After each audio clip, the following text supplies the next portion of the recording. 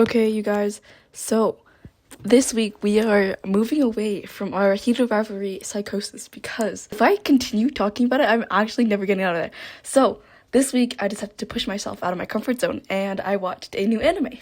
Wow, I am so proud of myself. So this one is a relatively new anime. It's called Gachiakuta. Okay, you know what? I'm not Japanese, so like I am so sorry. I know I'm like basically butchering these names, but it is so peak.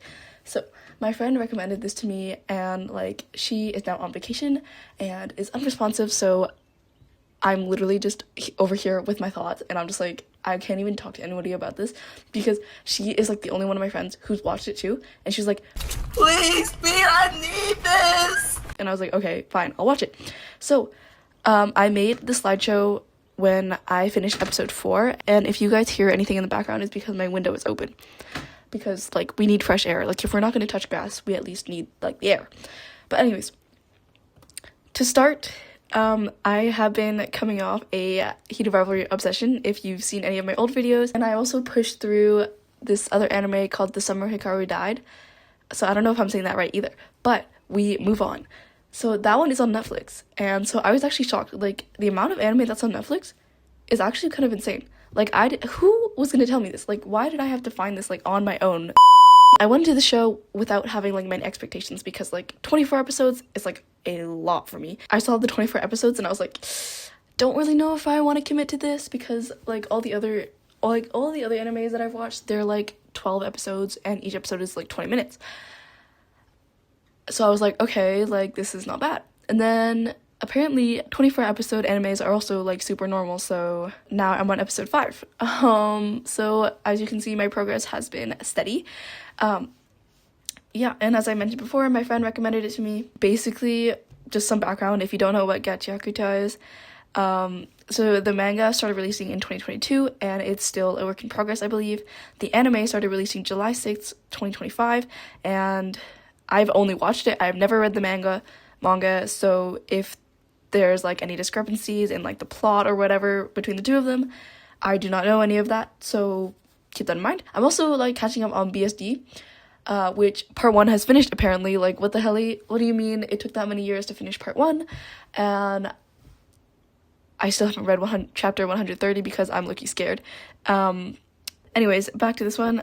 It is an ongoing dark fantasy manga series written and illustrated by, I'm going to butcher this name, I'm so sorry, Kei Urana, featuring graffiti designs by Ando Hideyoshi.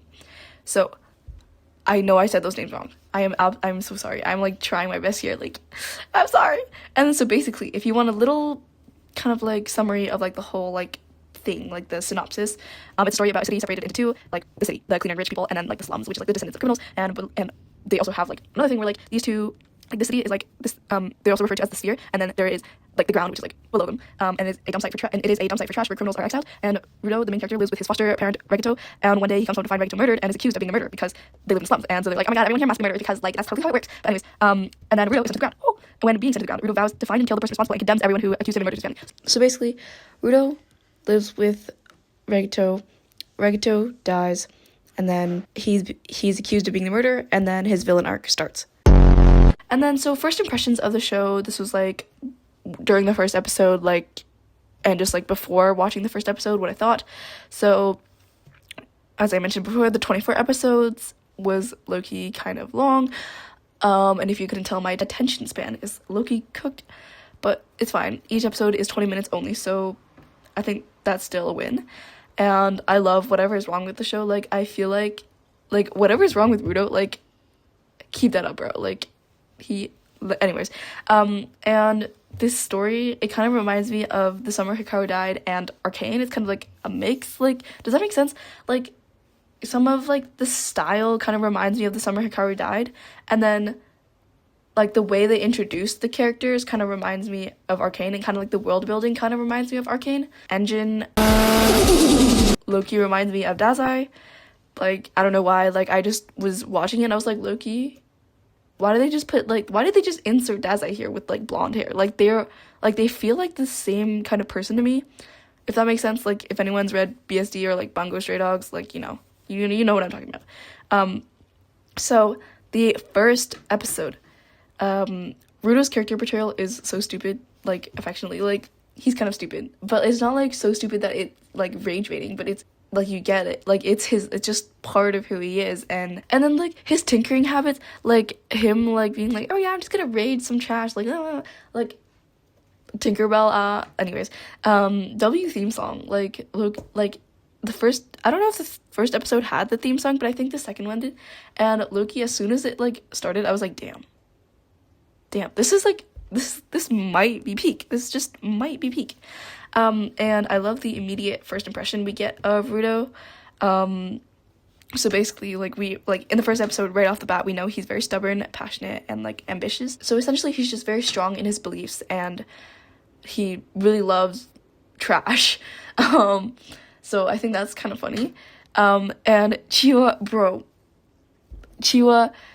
you were gonna be my goat, okay? I liked you for like 5 minutes, and then you had one job. You had one singular individual job, and you failed.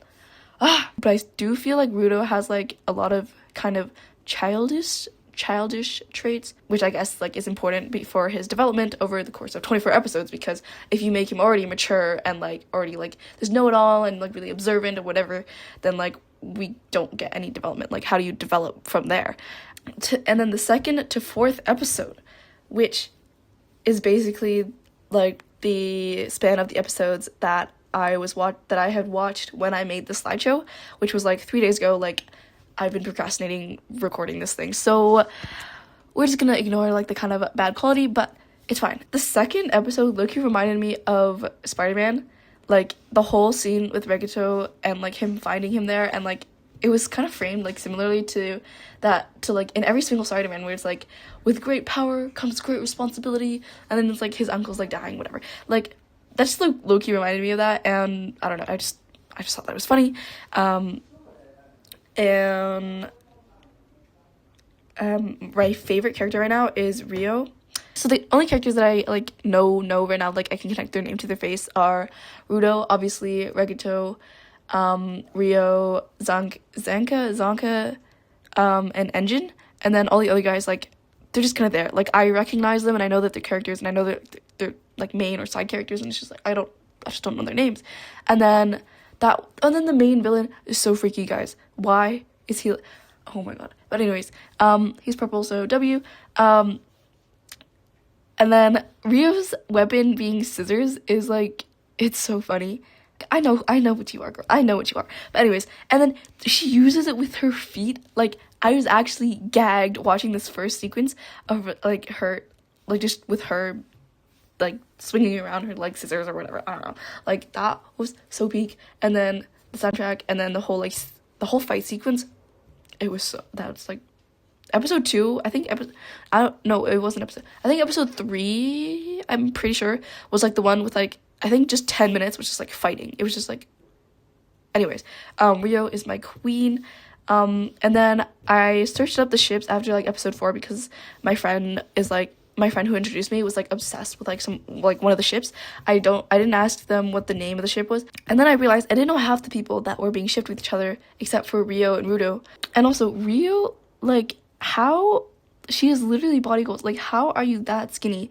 And then they also said how like she ate the most at like the party. So like, how does that even work? If somebody explain the physics behind that? Like, anyways, and then some additional things that I wanted to talk about.